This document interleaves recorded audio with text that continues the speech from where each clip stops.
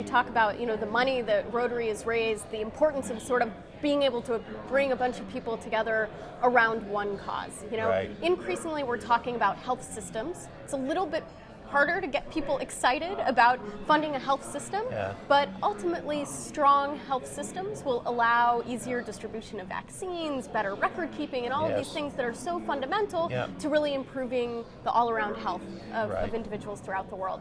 And so as we look at this shift, how can we still sort of keep alive some of that enthusiasm and some of that support, but think about health in a more holistic way? Well, what's really wonderful is the Global Polio Eradication Initiative has a legacy manager group that's chaired by Dr. Steve Kochi of the U.S. Centers for Disease Control, but has representatives from all the partners. And they are they've done surveys of, where is the polio money going now?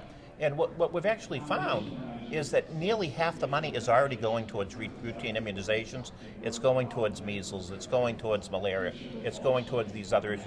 The big fear is that when polio is eradicated, the money dries up, and that all of the monies we have from the eradication of polio that have been given for the polio purpose, that those aren't going to be available for routine immunizations.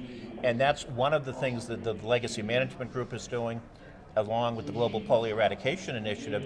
It's working with the regional offices of the World Health Organization and others to be absolutely sure that there is that legacy, that the ball is not dropped, that we solidify the gains to make sure polio doesn't come back, but that we also, keep those networks in place to eradicate these other diseases.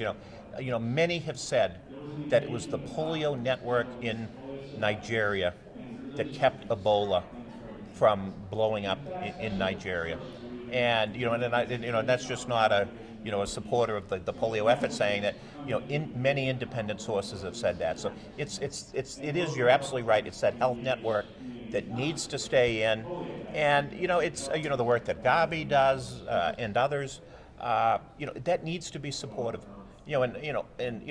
Not too early, but we hope that a lot of the monies, particularly that the governments of the world are putting in, through their various development programs or whatever, from the UK and others, that money will transition to enhancing and improving health systems.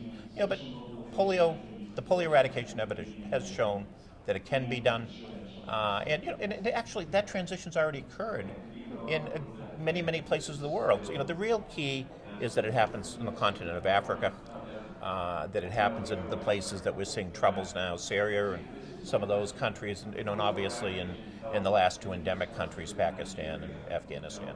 India is a good example. They're transitioning very well. We're giving a little bit of a boost, the partnership, and helping to fund the first dose of IPV, the injectable polio vaccine.